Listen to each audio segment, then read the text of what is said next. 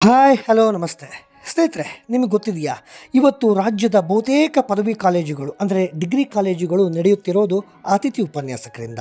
ಆದರೆ ರಾಜ್ಯ ಸರ್ಕಾರ ಅತಿಥಿ ಉಪನ್ಯಾಸಕರನ್ನು ನಡೆಸ್ಕೊಳ್ತಿರುವಂಥ ರೀತಿ ಮಾತ್ರ ಬಹಳ ಕೆಟ್ಟದಾಗಿದೆ.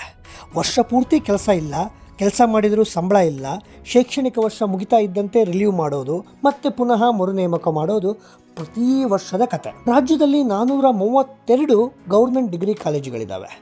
11,500 ಅತಿಥಿ ಉಪನ್ಯಾಸಕರು ಸೇವೆ ಸಲ್ಲಿಸ್ತಾ ಇದ್ದಾರೆ. ಬಹುತೇಕ ಎಲ್ಲ ವಿಶ್ವವಿದ್ಯಾಲಯಗಳಲ್ಲೂ ಕೂಡ ವೇಳಾಪಟ್ಟಿ ಮುಗಿದಿದೆ. ಕೆಲವು ವಿವಿಗಳಲ್ಲಿ ಸೆಪ್ಟೆಂಬರ್ನಲ್ಲಿ ಮುಗಿಯುತ್ತೆ. ಇನ್ನು ಮುಂದಿನ ಶೈಕ್ಷಣಿಕ ವರ್ಷಕ್ಕೆ ಪುನಃ ನೇಮಕ ಪ್ರಕ್ರಿಯೆ ಆರಂಭ ಆಗುತ್ತೆ. ಆದರೆ ಬಹುತೇಕ ಅತಿಥಿ ಉಪನ್ಯಾಸಕರಿಗೆ ಈಗ ಆತಂಕ ಸೃಷ್ಟಿಯಾಗಿದೆ. ಕೆಲಸ ಕಳೆದುಕೊಳ್ಳುವಂಥ ಆತಂಕ ಎದುರಾಗಿದೆ. ಭವಿಷ್ಯದ ಚಿಂತೆ ಶುರುವಾಗಿದೆ.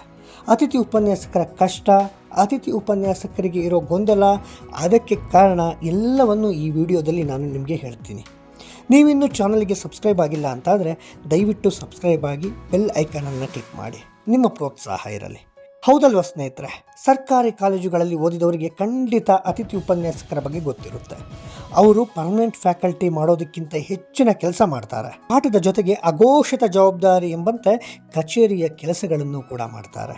ಕಾಲೇಜುಗಳಲ್ಲಿ ಟೆಕ್ನಿಕಲ್ ಆಗಿ ಬಹಳ ಬೇಕಾಗಿರೋದು ಇದೇ ಅತಿಥಿ ಉಪನ್ಯಾಸಕರು. ಮುಖ್ಯವಾಗಿ ವಿದ್ಯಾರ್ಥಿಗಳಿಗೆ ಇವರು ಇಲ್ಲದೆ ಇದ್ದರೆ ಪಾಠವೇ ಇಲ್ಲ. ಅತಿಥಿ ಉಪನ್ಯಾಸಕರು ವಿದ್ಯಾರ್ಥಿಗಳಿಗೂ ಬಹಳ ಆಪ್ತರಾಗಿರ್ತಾರೆ. ಅನುಭವ, ವಿದ್ಯಾರ್ಹತೆಯಿಂದ ಸಾಕಷ್ಟು ಚೆನ್ನಾಗಿ ಪಾಠ ಮಾಡ್ತಾರೆ. ಆದರೆ ಇವರ ಬದುಕು ಮಾತ್ರ ನಿಜಕ್ಕೂ ನೋವು ತರುತ್ತೆ. ಕಷ್ಟಗಳನ್ನು ತೋರಿಸದೆ ಕಾಲೇಜಲ್ಲೇ ಬಹುತೇಕ ಸಮಯ ಕಳೀತಾರೆ. ಬೇರೆ ಕಡೆ ದುಡಿಮೆ ಅವಕಾಶಗಳಿದ್ದರೂ ಕೂಡ ಪಾರ್ಟ್ ಟೈಮ್ ಕೆಲಸಕ್ಕೆ ಹೋಗೋಕ್ಕೆ ಟೈಮೇ ಇರಲ್ಲ. ಇಡೀ ಜೀವನವನ್ನೇ ಕಾಲೇಜಿಗಾಗಿ ಮೀಸಲಿಟ್ಟಿರ್ತಾರೆ.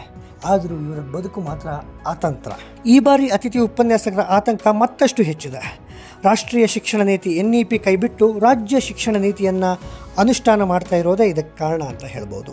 NEPಯಲ್ಲಿ ಓಪನ್ ಎಲೆಕ್ಟಿವ್ ಆಯ್ಕೆಯಿಂದ ಡಿಗ್ರಿ ಕಾಲೇಜುಗಳಲ್ಲಿ ಕೆಲವು ವಿಷಯಗಳಿಗೆ ಕಾರ್ಯಭಾರ ಒದಗಿತ್ತು. ಆದರೆ NEP ಬದಲು ವಾಪಸ್ SEP ತರೋದ್ರಿಂದ ಅಲ್ಲಿ OE ಅಂದರೆ ಓಪನ್ ಎಲೆಕ್ಟಿವ್ ತೆಗೆದುಹಾಕಿದ್ರೆ ಕಾರ್ಯಭಾರ ಇಳಿಕೆ ಆಗುತ್ತೆ.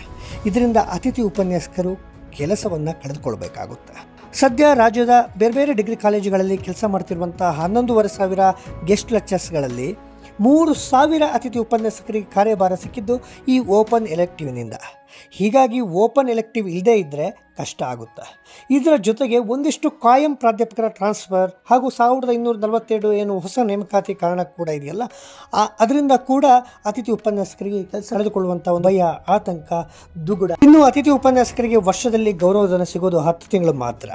ಬಹುತೇಕ ಕಾಲೇಜುಗಳಲ್ಲಿ ಅತಿಥಿ ಉಪನ್ಯಾಸಕರಿಲ್ಲದೆ ಪರೀಕ್ಷೆ ನಡೆಸೋದು ಕೂಡ ಕಷ್ಟ ಆಗುತ್ತೆ. ಹೀಗಾಗಿ ಪರೀಕ್ಷಾ ಕಾರ್ಯವನ್ನು ಕೂಡ ಇವರು ಮಾಡ್ತಾರೆ. ಆದರೆ ವರ್ಷ ಪೂರ್ತಿಯ ಸಂಬಳ ಮಾತ್ರ ದೇವರನಿಗೂ ಇವ್ರಿಗೆ ಸಿಗಲ್ಲ. ಇನ್ನು ಸಹಜವಾಗಿ ವರ್ಷದಿಂದ ವರ್ಷಕ್ಕೆ ಹೊಸಬರು ಬರ್ತಾ ಇರ್ತಾರೆ.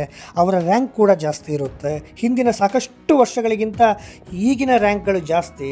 ಹೀಗಾಗಿ ಅನುಭವಿ ಹಿರಿಯ ಅತಿಥಿ ಉಪನ್ಯಾಸಕರ ಕಡೆಗಣನೆ ಆಗುವಂಥ ಸಾಧ್ಯತೆ ಕೂಡ ಇದೆ. ಅದನ್ನು ತಳ್ಳಿ ಹಾಕುವಂತಿಲ್ಲ.